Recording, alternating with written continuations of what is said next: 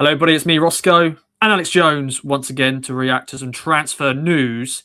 Harry Clarke has joined Charlton Athletic for the rest of the season on loan, the Championship side. AJ, your thoughts on this one, my friend? This was very going to be likely going to happen with Harry going out on loan. Just share your thoughts on the move, my friend. Yeah. Hi. That's the first thing to say.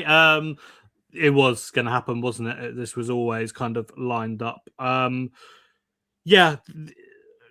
Harry Clarke goes out to Charlton Athletic. So it's the second loan departure, at least within the first team squad, this January, which cuts down some numbers.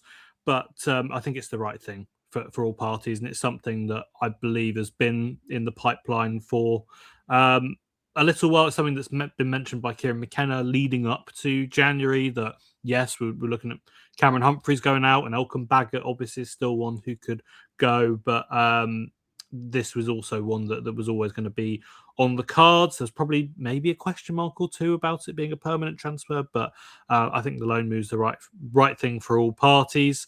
And it's a bit of a start to making or cutting down rather on those 4 right backs in the first team squad, because you don't need 4 right backs. So yeah, I think the good move.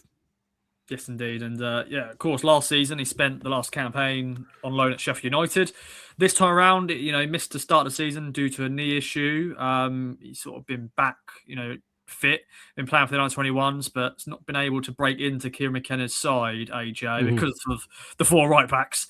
But this is an opportunity for him to hopefully play week in, week out. He's going to be part of a Charlton team, Nathan Jones' outfit, who are fighting relegation. And that'll be just a good test for him to hopefully play week in, week out for them. Yeah, it will test a couple of things. It will test what level he's at, of course, because we didn't really get to see that at Sheffield United. We saw some good things from him and some less good things, but it wasn't anywhere near enough of a sample size because of the injury that he suffered. I believe that was a foot injury that he had there, and that's going to be the next thing. It's going to be a fitness test as well. There are some Charlton fans concerned that he could be a bit of a sick note. I personally don't think he's that. I think he's been unfortunate with the timings of some of them, maybe fortunate with others, because some have come over summers, for example, where he's had more significant injury layoffs that haven't eaten into seasons as much. But this will be a good move for him. It keeps him in the division. It's going to be a big old season because Charlton do need an effort to get over the line, and they need some extra depth at the back as well. There's some concerns that James Bree, who's probably been, I would say, is an outsider, I think has been their player of the season so far. His loan ends next week. He's the starting right wing back in that system. They will try and buy him from Southampton, but if they don't, that right wing back slot's going to free up. Or another possibility is, and it's one that kind of Charlton's director of football, I believe, has mentioned indirectly, saying that he can play anywhere across the back line. I'm not sure I'd agree with that. I wouldn't be playing him at left back, but could he play that right-sided centre-back role in Charlton's back 5? I'd certainly see that as a possibility. They are really light on numbers there. So he's going to be needed. He will be relied upon. And it's going to be a big test for him, and it's one that I would back him to stand up to. He's a championship level player for sure, where he is at the moment, and now he needs to prove that. So I like this for him. Charlton's a good club, a proper club. They're also one that, of course, as Harry Clarke mentioned himself, came to Portman Road and won 3-0 as recently as October. So yeah, I like it for a lot of reasons, and he'll be part of a team that's going to be fighting for something as well. This isn't going to be a mid-table team, I don't think. They're going to be down there, and it's going to be a bit of a scrap. So excited to see how he does with that challenge.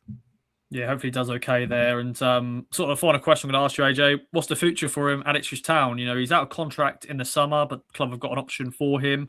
Obviously, the great story of return to the club after, he was at Arsenal, but came through the youth ranks at Town. Was part of the back-to-back promotion winning side under Kieran McKenna. Had a bit of a disastrous Premier League spell, getting sent off on his debut in the Premier League for Town, and he's had a few injuries. But well, yeah, what do you reckon? We'll probably speak more about this in the summer, but as it stands right now, is he most likely played his last game for Town? It depends is the easy answer to that one. I would be astonished if they did not trigger the option to keep him at the club. He's still young. He's younger than I am. He's got the option to stay, of course. He's a homegrown player. He's an academy graduate, so he also, because he trained at Ipswich under the age of 18, he counts as that homegrown player within the 25-man squad. There are ways around that, as we've spoken about, but still that is an important factor. And with all that in mind, you'd want to get a fee for him. So I think regardless of what happens at Charlton in the next 6 months, I would be triggering that option and assessing things from there. And to be perfectly honest, I think it's going to hinge on where Ipswich are and whether they're in the Premier League or whether they're in the Championship. If they're in the Championship, I could see him being part of the squad. You're maybe looking as a backup right back role to a Darnell Furlong next season. But I think there could be a part to play, especially, as I said, with the homegrown factor there. If Ipswich are promoted to the Premier League, I don't think he would be part of that journey, and it would be looking to move him on elsewhere, be that Charlton, if they had the funds, or another Championship club, or whoever was interested. So, yeah, one that we'll come back to in the summer.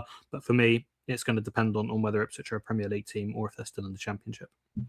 Okay, we shall wait and see. He's 25 in March, so he's getting to that middle range of his career, and he's not hit his peak yet. But all the best to Harry at the Valley, which Town head there in April. So, of course, he will be ineligible to play that game, and hopefully Town can get revenge against the Attics. But, let us know your thoughts on this loan move for Harry Clarke, and we'll see you in the next one. Bye-bye for now.